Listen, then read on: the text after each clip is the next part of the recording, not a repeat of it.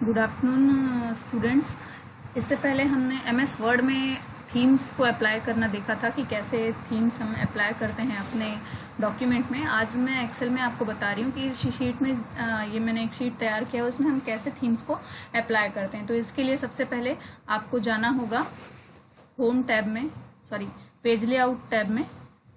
ये मैंने सारा कुछ सेलेक्ट किया और ये पेज लेआउट टैब में मैं गई तो यहाँ एक थीम्स आपको ग्रुप मिलेगा।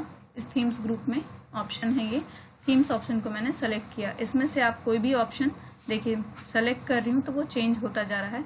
जो भी आपको पसंद आ रहा है, जो आपको अच्छा लग रहा है आप उसे सेलेक्ट कर लीजिए। तो मैंने जैसे ये सेलेक्ट कर लिया, वो वैसा ही चेंज हो गया। उसके बाद कलर्स यदि आपको चेंज करना है इसमें कोई, तो आप यहाँ से कलर्स भी चेंज कर सकते हैं जैसा आपको ठीक लग रहा है। यदि आप क्रिएट न्यू करना चाहते हैं, कोई नया थीम कलर सेट करना चाहते हैं तो यहाँ से कर सकते हैं। ये भी हमने ऑलरेडी कर रखा है, तो यहाँ से कोई आप कलर सेट कर लीजिए। उसके बाद फ़ॉन्ट है, तो फ़ॉन्ट आप जैसा चाहते हैं, जिस फ़ॉन्ट में अपने इस शीट में जो भी आपने लिख के रखा है उसे चेंज करना चाहते हैं तो आप अलग अलग फ़ॉन्ट में इसे सेट कर सकते हैं। देखिए यहाँ पर फ़ॉन्ट कैसे चेंज हो रहा है।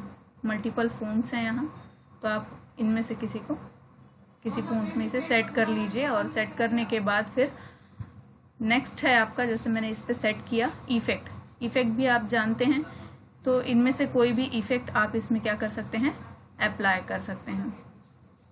तो मैंने जैसे इसे सेलेक्ट किया और सेलेक्ट करके ये इफ़ेक्ट था, ये देखिए आप कोई भी इफ़ेक्ट हम अप्लाई कर लिए। तो इस तरीके से हम अपने जो एक्सेल की ये शीट हैं उस पे हम थीम्स जो है वो अप्लाई कर सकते हैं। उसके कलरिंग, फ़ॉन्ट्स और इफेक्ट जो है वो बदल सकते हैं और इन सबको अप्लाई किया जाए। तो ये रही थीम्स की बात। नेक्स्ट जो हमको देखना है वो किसी वर्कबुक की प्रॉपर्टीज को हम कैसे अपडेट करते हैं, ये है। तो चलिए सबसे पहले इसे मैं सेव कर लेती हूँ। ये मैंने सेव कर लिया।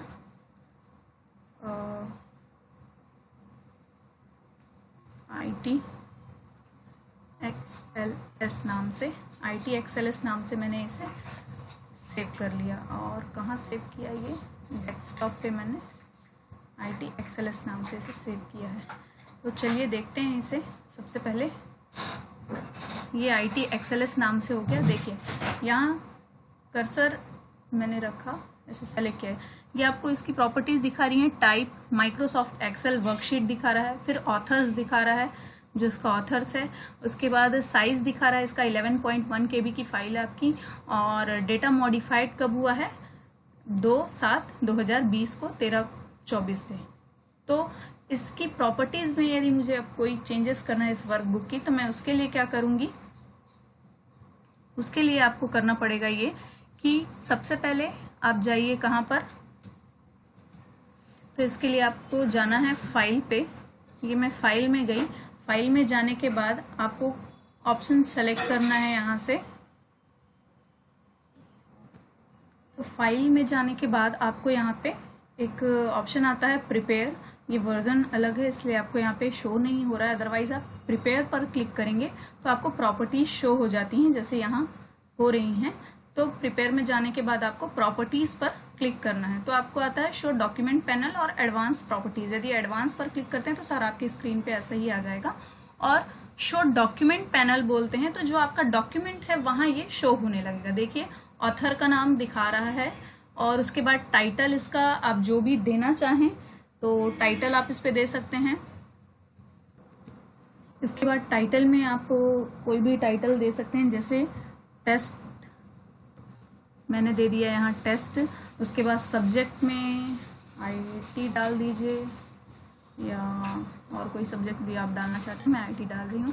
कीवर्ड्स में आपको देना है, कुछ भी दे सकते हैं आप, जैसे प्रोग्राम कर रहे हैं आप मान लीजिए तो प्रोग्राम। और उसके बाद कैटेगरी है, आपको कैटेगरी देना है किस टाइप का है, ये एजुकेशन रिलेटेड है या डेटा रिलेटेड है तो डाल दीजिए, जैसे डेटा रिलेटेड है। उसके बाद स्टेटस, तो अभी इसका स्टेटस क्या होगा आपका, ये डाल दीजिए आप। मैंने जैसे डाल दिया ये, तो इस टाइप से आप डाल सकते हैं। उसके बाद ये कमेंट है तो कमेंट में आप कुछ भी ऐसे डाल सकते हैं इससे रिलेटेड जो भी कमेंट आपको करना हो।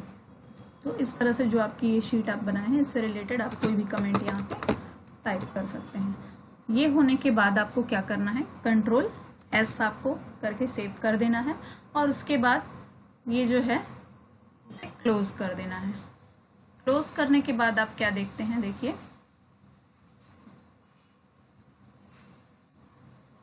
क्लोज करने के बाद ये मैंने इसे क्लोज कर दिया। अब हम यहाँ देखते हैं, ये देखिए अब आप देख रहे हैं टाइप वही माइक्रोसॉफ्ट एक्सेल वर्कशीट दिखा रहा है, ऑथर जो था एज इट इज दिखा रहा है। देखिए टाइटल में हमने जो वहां सेट किया था टेस्ट टाइप का है ना, और सब्जेक्ट में हमने क्या सेट किया था, IT, वो दिखा रहा है सब्जेक्ट में।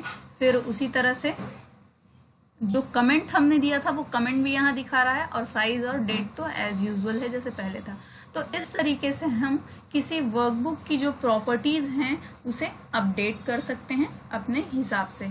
तो इसी के साथ आज का हमारा ये session themes and workbook updation का जो था वो समाप्त होता है। धन्यवाद।